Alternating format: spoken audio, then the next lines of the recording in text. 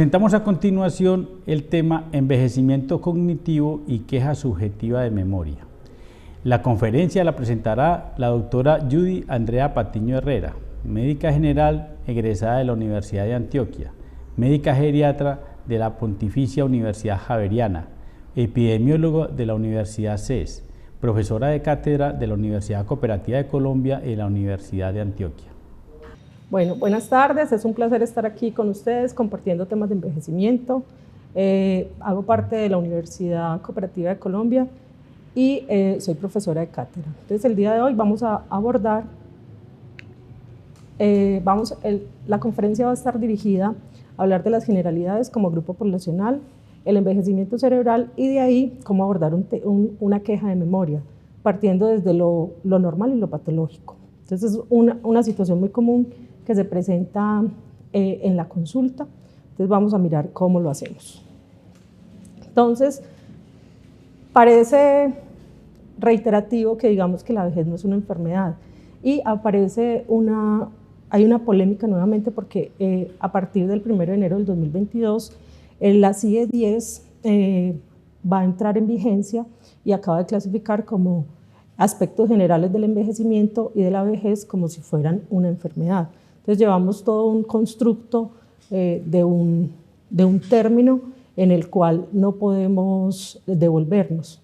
Ya desde la OMS nos están hablando de envejecimiento saludable, acaba de iniciar la década y son 10 años de trabajo pues, en los que nos proyectamos para que la población pueda envejecer mejor. Cada que abordamos temas de envejecimiento y vejez, pues hay tres términos que siempre tenemos que estar presentes: vejez, envejecimiento y longevidad. Siempre se mezclan, pero no siempre dicen lo mismo. Entonces la vejez es una etapa de la vida en la cual una persona en Colombia es mayores de 60 años y más, o en condiciones especiales. Envejecimiento son todos los procesos biológicos que puede sufrir la persona. También hay cambios psicológicos y socioculturales. Y longevidad es hasta cuánto puede vivir las personas. Entonces, estas fotografías nos ayudan a identificar, ¿sí?, cómo normalmente identificamos una persona mayor. Entonces, por unos cambios fenotípicos, los cambios del cabello, la piel, las arrugas, todo. Me gusta que identifiquemos a las personas mayores siempre desde una visión positiva. O sea, aquí no ven personas enfermas, ven personas mayores. Todo es importante. Entonces ahora hay un desafío general y es porque las personas se van volviendo más mayores. Ahora viene, esta diapositiva nos muestra acá cómo hay una proyección para el 2100 que las personas mayores de 60 años y más pues van a ocupar una gran proporción de la escala de transición demográfica. Entonces, cada que tenemos esto nos vienen otros términos, ¿sí?, que son la transición demográfica, que sabemos que es ese cambio poblacional en el cual la natalidad ha disminuido y las personas pueden vivir más. Esto se logra por situaciones, mejoramiento en la parte tecnológica, abordaje de enfermedades, pero esto nos trae unos cambios y también nos trae unos cambios epidemiológicos. Ya nos tenemos que pensar las enfermedades crónicas transmisibles y entre esas una muy importante que va a ser los trastornos cognitivos. Entonces, desde acá, desde la política pública, estamos trabajando para que las personas, a pesar de que van a vivir más tiempo, pues que lleguen en mejores condiciones y no traiga una sobrecarga a los sistemas de salud. Entonces, la transición clínica y el cambio en los sistemas de salud también es algo que hay que empezar a prepararse para que los sobrecostos, ¿sí?, no se aumenten en el abordaje de enfermedades, sino solamente desde la prevención. Las peculiaridades del paciente mayor. Entonces, cada que abordamos un paciente mayor, pues encontramos una persona que viene trayendo, ¿sí?, viene cargando una edad, unos años, y en ese transcurso de su vida aparecen enfermedades que pueden ir pasando, pero también vienen cambios fisiológicos y que necesitamos una mirada distinta desde todos los actores del sector salud para poder ser más enfáticos en qué es lo que pasa, ya que ellos siempre van a tener, cada que nos enfrentamos al cuidado de ellos, tenemos que tener en cuenta qué es lo normal y qué es lo patológico. Entonces, hay unos cambios que son fisiológicos del envejecimiento, que son condiciones normales y en las cuales pues normalmente no nos podemos apoyar para decir que una persona está enferma. Hay una peculiaridad y es que se presentan la presentación atípica de las enfermedades. Aparecen los síndromes geriátricos, en general un paciente mayor es un paciente pluripatológico, puede tener varias enfermedades y las enfermedades para el control de estas pues aparece el uso de muchos medicamentos. Entonces la polifarmacia es una situación que nosotros siempre estamos impactando desde la valoración geriátrica, ¿sí? Que el número de medicamentos que un paciente utilice sea adecuadamente prescrito y que no venga una cascada de prescripción, o sea que por el uso de un medicamento no aparezca otro. Debemos tener en cuenta la funcionalidad, que son esas capacidades físicas que son las que con las personas después de su desarrollo vienen adquiriendo y pues que en la etapa de la vejez persistan. Y a través de la valoración geriátrica es un mecanismo de abordaje, como nosotros hacemos todo el abordaje clínico para poder de ahí tomar decisiones, intervenciones y poder determinar, ya que la edad no nos dice nada, no es lo mismo tener un paciente de 60 años, de 90, ¿sí? Entonces pensaría la gente que el de 90 tiene más enfermedades, pero que el de 60 no, y eso no es real. Eso depende de cómo están sus capacidades físicas y mentales. Entonces, en el tema del envejecimiento siempre tenemos que hablar que el envejecimiento es heterogéneo, ¿sí? No todos envejecen en la misma situación. El envejecimiento, hay unas personas que pueden tener un envejecimiento biológico que es más retardado, mientras que otras pueden tener un envejecimiento acelerado. Entonces, en todos los sistemas, órganos y sistemas tienen alteraciones mitocondriales, estrés oxidativo, inflamación, aparece la senescencia celular. Entonces, nos vamos a dedicar en este momento a hablar del envejecimiento cerebral. Entonces, en el envejecimiento cerebral hay unos cambios tanto en las neuronas, en las células gliales, en las células endoteliales. Cada uno de estos puede influir en cómo es el proceso cognitivo que puede estar evaluando o teniendo una persona al momento de una queja de memoria. Entonces, cada que hablamos de capacidad intelectual, siempre estamos hablando de inteligencia, que son todas esas habilidades para resolución de problemas. Entonces, desde los test neuropsicológicos, la inteligencia se ha dividido, ¿sí?, en dos formas como se aborda, desde la inteligencia fluida y la inteligencia cristalizada. Entonces, la inteligencia fluida son esas que nos ayuda para resolver problemas y en el momento del envejecimiento es la que más se puede alterar. Normalmente, la inteligencia fluida en los procesos de desarrollo de una persona aumentan, después hay un periodo de estabilización y después de los 60 años y más puede haber un declive a través de la memoria de trabajo o las velocidades de procesamiento de la información. La inteligencia cristalizada es aquella inteligencia que se adquiere a través del conocimiento y la experiencia. No hay un cambio en la inteligencia cristalizada, solamente siempre va a haber un progreso. Cuando evaluamos una persona, desde la parte cognitiva siempre estamos evaluando los dominios cognitivos. Entonces, desde el 2013, la APA nos trae que los dominios cognitivos hablamos de atención compleja, función ejecutiva, aprendizaje y memoria, lenguaje, habilidades perceptuales motoras y cognición social. Entonces, cuando nos enfrentamos en el envejecimiento, ¿cuáles de estas capacidades nos está variando con el envejecimiento? Entonces, una persona mayor, la atención compleja, ¿sí?, solamente la atención continua y selectiva sigue su proceso normal, solamente hay una leve variación en la atención dividida. Entonces, los pacientes mayores no son multitareas, siempre están concentrados en una sola situación. En la función ejecutiva, que es aquella que nos ayuda, es liderada por el lóbulo frontal, por la corteza prefrontal. Entonces, en las actividades de planificación, resolución de problemas, toma de decisiones y en flexibilidad mental. ¿Qué puede pasar en la persona mayor? Que tiene una disminución de la velocidad de procesamiento. Entonces, hay una alteración en la función ejecutiva, pero esto es dentro de rangos normales. Para aprendizaje y memoria, pues hay una memoria corta y una memoria a largo plazo. En el lenguaje no hay ninguna alteración, con el envejecimiento sigue la fluidez verbal. En las habilidades perceptuales motoras, normalmente son las que ayudan a la visoconstrucción, a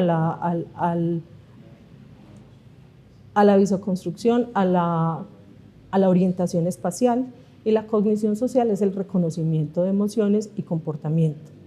Entonces, siguiendo con nuestro envejecimiento del cerebro, entonces hay unos cambios regionales que no se dan de la misma forma. Normalmente en la corteza cerebral, pues hay unas alteraciones en el lóbulo frontal, en el hipocampo, la amígdala, en el lóbulo parietal y en el cerebelo. ¿Cómo pueden ustedes evaluarlo cuando miran una tomografía y el radiólogo les está hablando?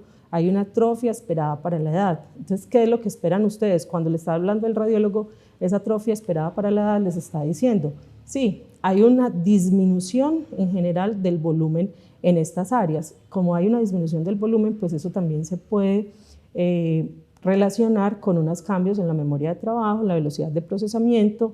Puede haber una alteración en la memoria declarativa, en la alteración en el espacial y el afecto, pero todo dentro de la normalidad.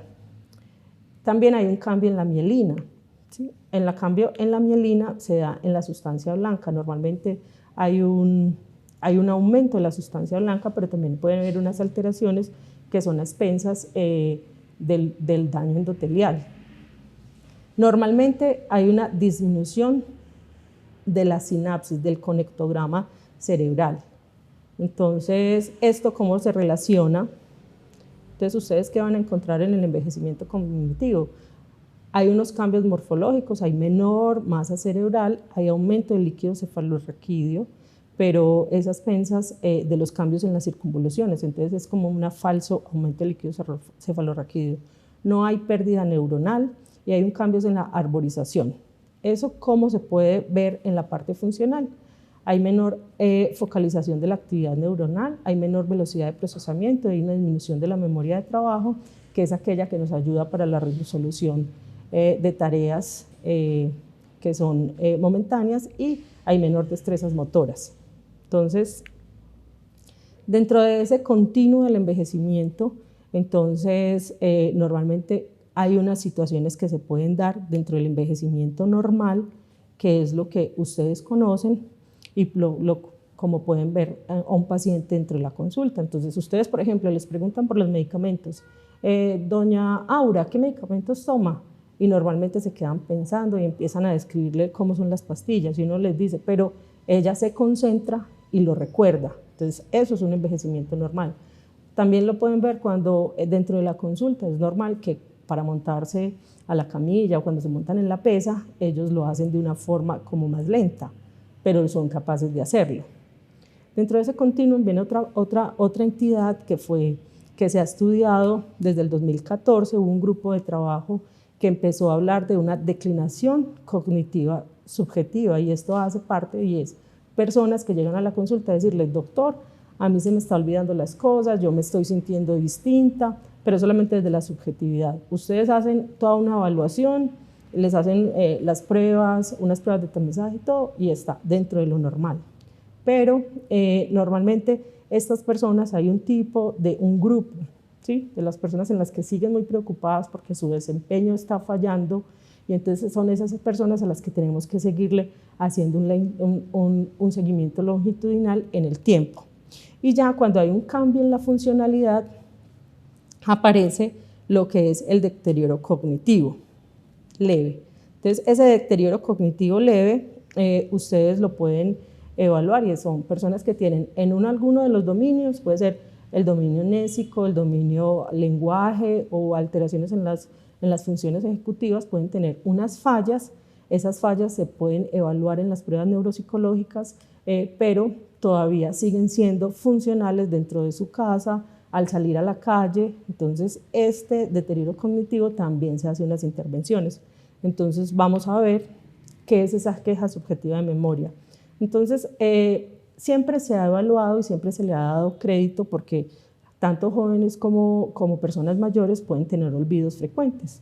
A todos nos pasa y eso le puede, en general a toda en los estudios poblacionales se encuentra que el 50% de las personas en al menos un momento de su vida ha tenido un olvido. Entonces, cuando hablamos de quejas subjetivas son expresiones de percepción, vivencias subjetivas de los olvidos que se manifiestan en las actividades cotidianas. Pero la tarea fundamental cuando hacemos un abordaje es averiguar si hay o no una alteración real. Porque las personas, ¿cómo pueden llegar a la consulta? Muchas veces es porque ellos mismos detectan que hay una alteración, entonces el mismo paciente lo va a referir, y es la que se le da más importancia, es cuando el familiar lleva a su paciente y le dice, miren, mi mamá o mi papá está teniendo algún problema, ¿cómo me puede ayudar? ¿Qué vamos a hacer?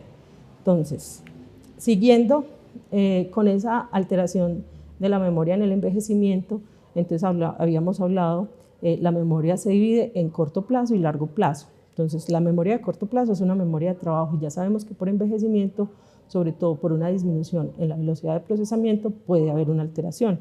Entonces, es cuando a una persona le dicen una repetición de unos números, un teléfono, en el momento no lo recuerdan, contestó la llamada, le dijeron que tuviera que anotara algo pues para una razón en la casa y ellos no lo recuerdan en ese momento, pero después se concentran y hacen la anotación.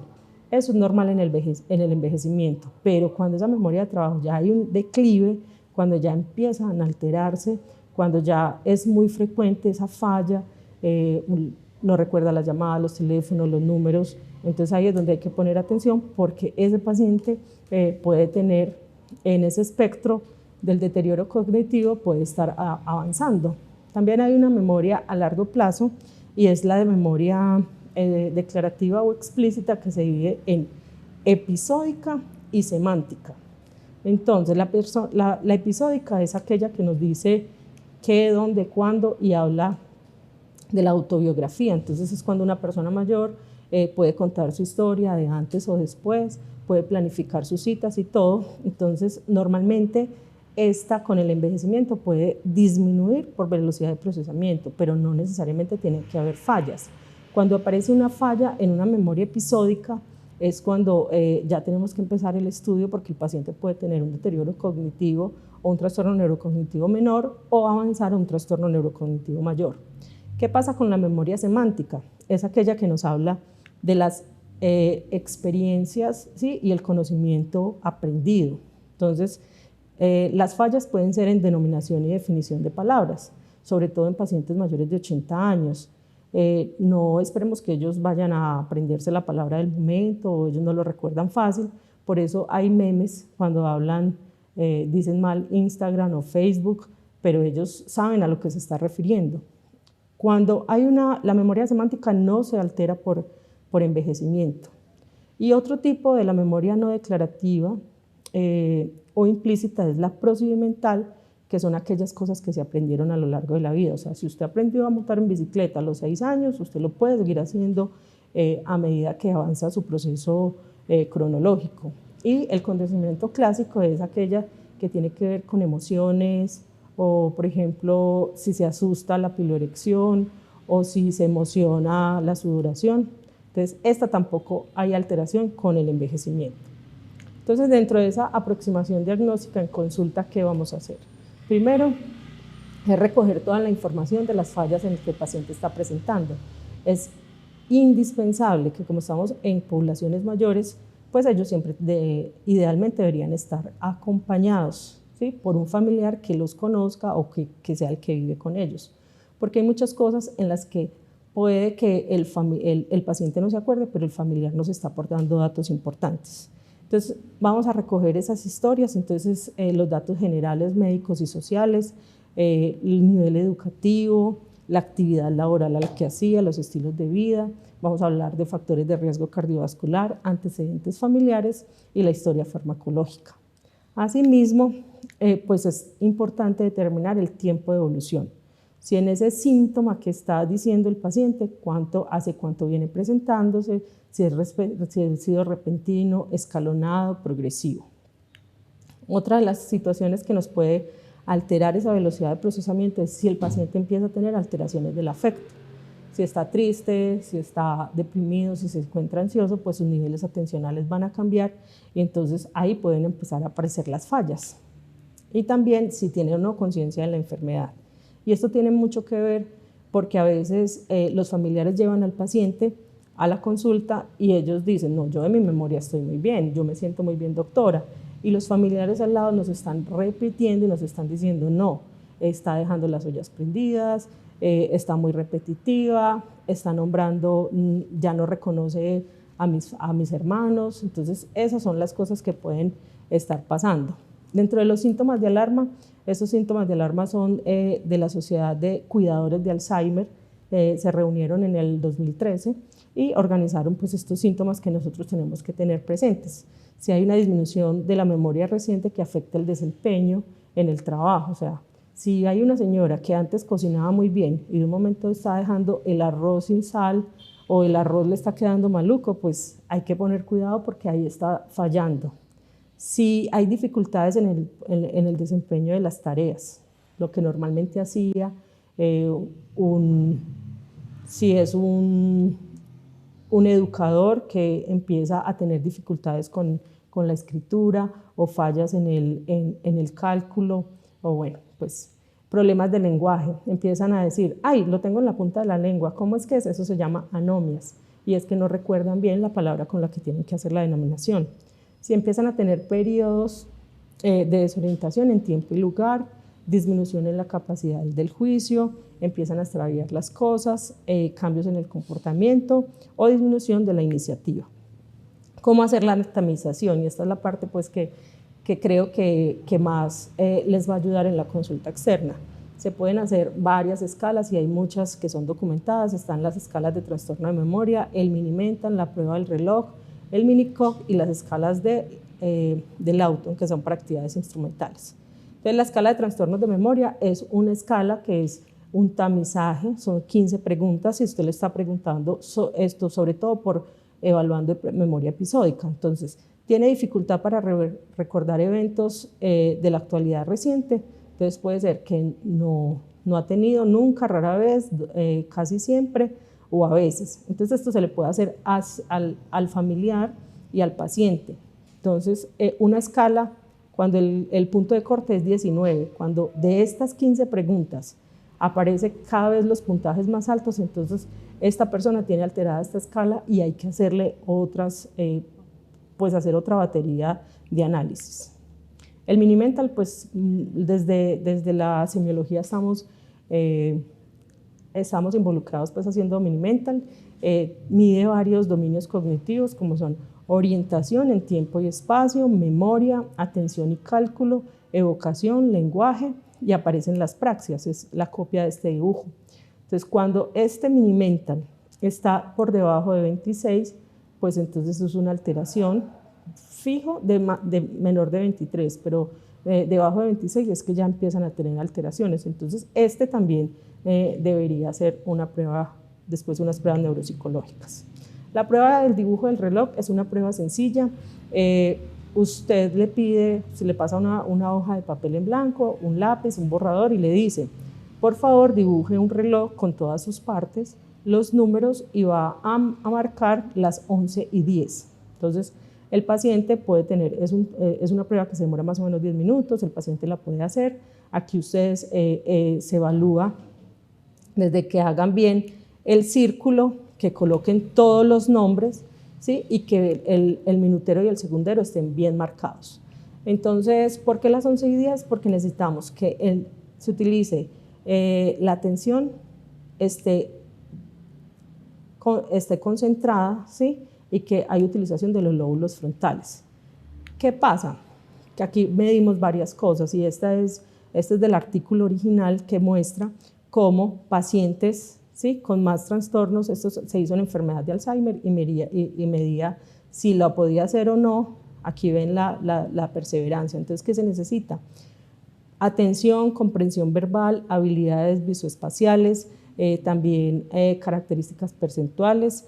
Hay tolerancia a la frustración porque hay muchos pacientes que hacen el círculo, borran, otros que hacen el cuadrado, otros que no son capaces. Mire, por ejemplo, el número 3, ven cómo pone los números alterados, Entonces, esta es una prueba sencilla. Se puntúa si hasta el punto de corte es 6. Entonces, si hace la circunferencia bien, le damos 2 puntos. Si hace los números correctamente, se puntúa de 0 a 4. Y si coloca el reloj y los secundarios también de 0 a 4.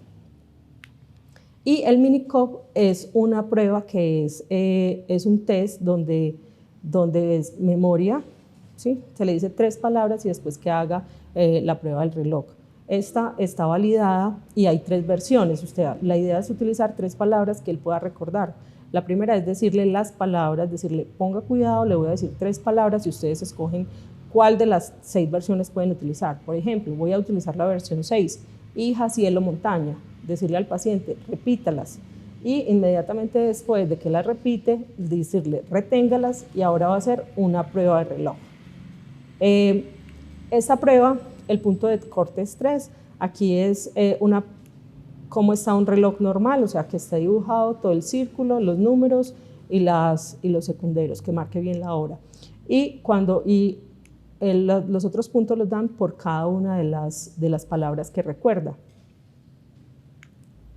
La escala del Lawton es la que nos mide las actividades instrumentales. Si es capaz de vivir solo, ser autónomo, tomarse sus medicamentos, salir de su casa, hacer labores mayores y menores. Entonces, esta escala está validada aquí en Colombia y es importante saber si el paciente es capaz o empieza a tener fallas. A medida que empieza a desplazarse a la derecha, es que empieza a tener fallas. No tiene como un puntaje exacto, sino que se mide dentro de esas 14 preguntas cuáles podía hacer y cuáles hacía con fallas.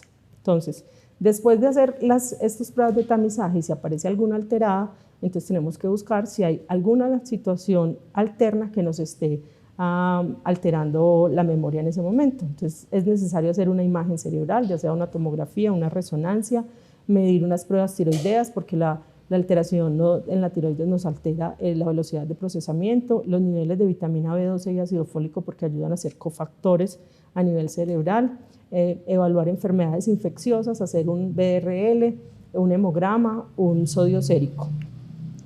Después, en las intervenciones, entonces, puede ser que a lo largo de la conferencia nos dimos cuenta que hay muchos que van a caer en envejecimiento normal, cerebral. Entonces, ¿qué vamos a hacer? Todas las actividades que sean encaminadas al mantenimiento de la salud. Como es la era ahorita para el abordaje de la enfermedad de Alzheimer, nos tenemos que devolver y ya no es solamente el tratamiento, sino la prevención. Entonces, ¿qué necesitamos? Que las personas mayores sigan envejeciendo, ¿sí? Que tengan factores de riesgo cardiovascular controlados, que esto nos puede ayudar a disminuir o enlentecer progresión de enfermedad. Facilitar actividades de ocio, descanso, actividades de participación y relacionamiento, prevención en higiene de sueño, prevención de caídas y vacunación. Entonces, en un adulto sano vamos a hacer actividades de mantenimiento de salud. Cuando ya tenemos una prueba de tamizaje alterada y una sospecha de un trastorno cognitivo, adicional a los del grupo anterior, debemos hacer un perfil, unas pruebas neuropsicológicas para evaluar cuál es el perfil cognitivo. Si es un perfil cortical, está muy asociado a enfermedad de Alzheimer o derivados, o si es un perfil subcortical, a enfermedad vascular o otro tipo de demencias.